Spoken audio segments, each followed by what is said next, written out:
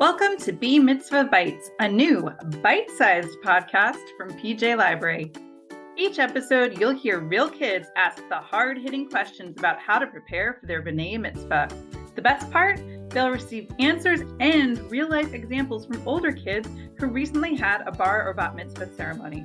You'll hear everything from who to invite, how far in advance you should start preparing, tips for memorizing your Torah portion, how to deal with nerves, book recommendations, and so much more. It's the first episode! Today, we'll meet recent bat mitzvah Ellery and a few of our panel members. The topics? Well, Linus wants to know, how do you figure out who to invite? And later, we'll hear from Sarah Beth about how to handle all that attention on the big day. What is a good idea for people you should invite to your B'nai Mitzvah? That is a really good question. It depends a lot on kind of the form that your bat mitzvah is taking. I know that this is during a global pandemic, and so it can be a little bit hard to have as many people come to the actual event as you'd like. For my bat mitzvah, we actually did something that made that question a little bit easier, which is we had a small group of people come in person and a larger group come on Zoom. Usually there's like a limit for how many people you'll be able to invite because only so many can fit in the building.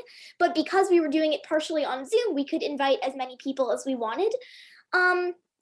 If you're not sure who to invite, I would just recommend ignoring the limit of people that can fit in a building for a moment. I would just recommend being as inclusive as you think you can be. I know that whoever gets an invite will be grateful to be invited to the big event. And if there is a limit, then I would just kind of think about how close people are to you, how happy you would feel knowing that they're there watching, and how good they would feel knowing that you thought of them when you were making the invitations list. How did you feel with less people? Were you nervous? Was it still as nerve-wracking? Yes, it was.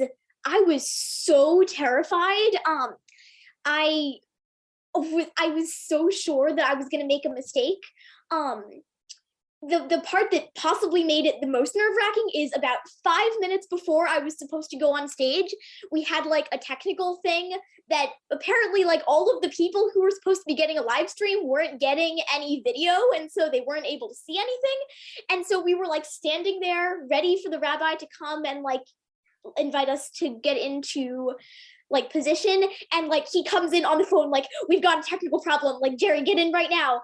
And we were what's going on? But honestly, this might not be true for everyone, but I'm a person that loves attention. And so once I got up there and I was just enjoying it and getting into the flow, it felt so much fun.